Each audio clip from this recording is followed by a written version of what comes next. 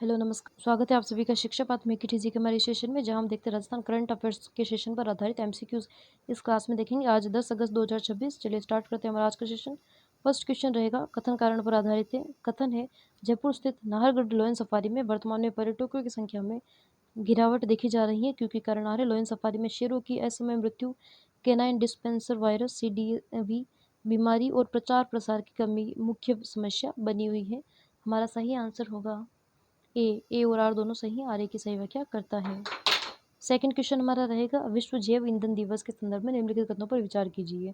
यह दिवस प्रतिवर्ष 10 अगस्त को सर रुडोल्फ डीजल की ऐतिहासिक उपलब्धि की याद में मनाया जाता है।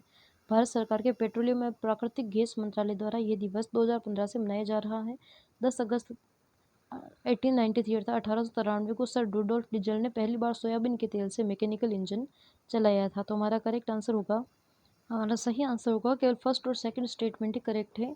ए सही आंसर होगा, थर्ड स्टेटमेंट इनकरेक्ट है, क्योंकि रुडोल्फ डीजल ने पहली बार मूंगफली के तेल से मैकेनिकल इंजन चलाया था, न कि सोयाबीन के तेल से। थर्ड क्वेश्चन रहेगा, कथन कारण पर आधारित है।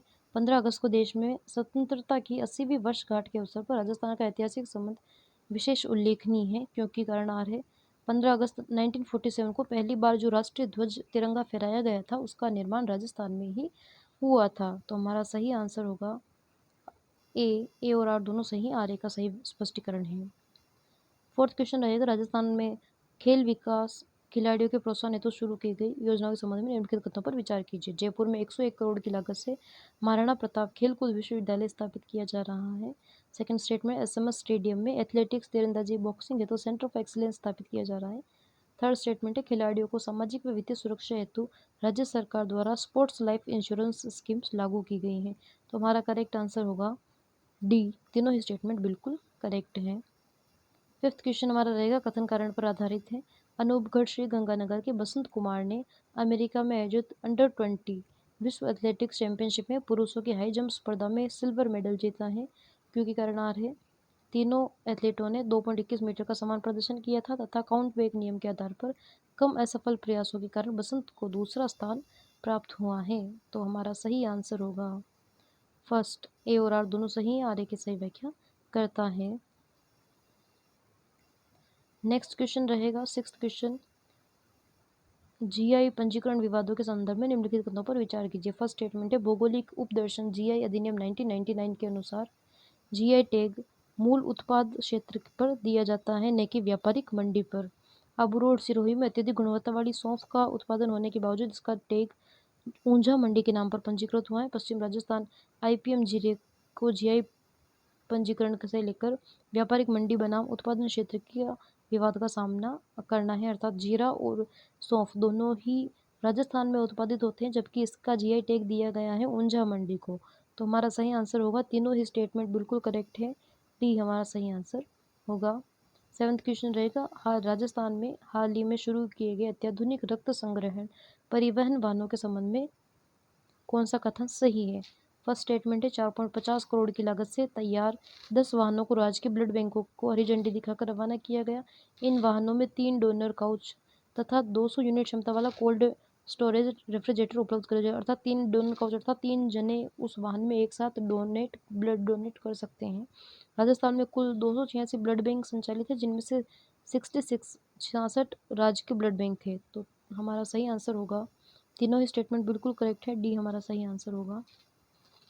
एट्थ क्वेश्चन रहेगा, आईआईटी जोधपुर आईआईटी मद्रास द्वारा संयुक्त रूप से विकसित किए जा रहे डीप फेक और digital fraud detection AI framework का क्या नाम है। ए साक्ष्य, बी दृष्टि, सी कवच तथा डी सत्य। तो हमारा सही आंसर होगा ए साक्ष्य। नाइन्थ क्वेश्चन रहेगा, राजस्थान के किस स्थान पर हाल ही में विश्व आदिवासी दिवस के अवसर पर विशाल जल समूह का आयोजन हुआ, जिसे मीणा हाईकोर्ट नाम से जाना जाता है। ए मानगढ़ धाम बांसवाड़ा, बी नांगल प्यारीवास दौसा, सी बेणेश्वर धाम डूंगरपुर, डी मातृकुंडिया चित्तौड़गढ़। तो हमारा करेक्ट आंसर होगा नांगल प्यारीवास दौसा में मीणा हाईकोर्ट का विश्व आदिवासी दिवस के अवसर पर आयोजन किया गया। 10th क्वेश्चन रहेगा, हाल ही में सीकर जिले के कल्याणपुरा निवासी रामावतार बुगालिया ने किस जापानी फल की किस्म को अपने फार्म पर अनोखी ढाणी में सफलतापूर्वक उगाया है। मियाजाकी आम, ड्रैगन फ्रूट, फूजी सेब, ताइवान अमरूद। तो हमारा करेक्ट आंसर होगा ए मियाजाकी आम। 11th क्वेश्चन रहेगा एशियन गेम्स 2026 के लिए भारतीय वुशु टीम 60 केजी वर्ग में चुनी जाने वाली राजस्थान की पहली खिलाड़ी कौन बनी है? अरुंधति चौधरी, दिव्यांशी कोटा, मोना अग्रवाल, प्रिया गुर्जर। तो हमारा करेक्ट आंसर होगा B, Divyanshi Kota. 12th question रहेगा लास्ट क्वेश्चन हमारा। समान सिविल संहिता, यूसीसी प्रारूप समिति और ऐतिहासिक एकलिंगजी मंदिर में निम्नलिखित कथनों पर विचार कीजिए। राजस्थान में यूसीसी का ड्राफ्ट तैयार करने वाली समिति के प्रमुख सदस्यों में बसंत सिंह छाबा, रामस्वरूप अग्रवाल, सुचित चौहान शामिल हैं। सेकंड स्टेटमेंट है उदयपुर के कैलाशपुरी में अरावली पर्वतमाला में स्थित 8वीं शताब्दी के एकलिंगजी मंदिर का निर्माण बप्पा रावल के काल से संबंधित माना जाता है।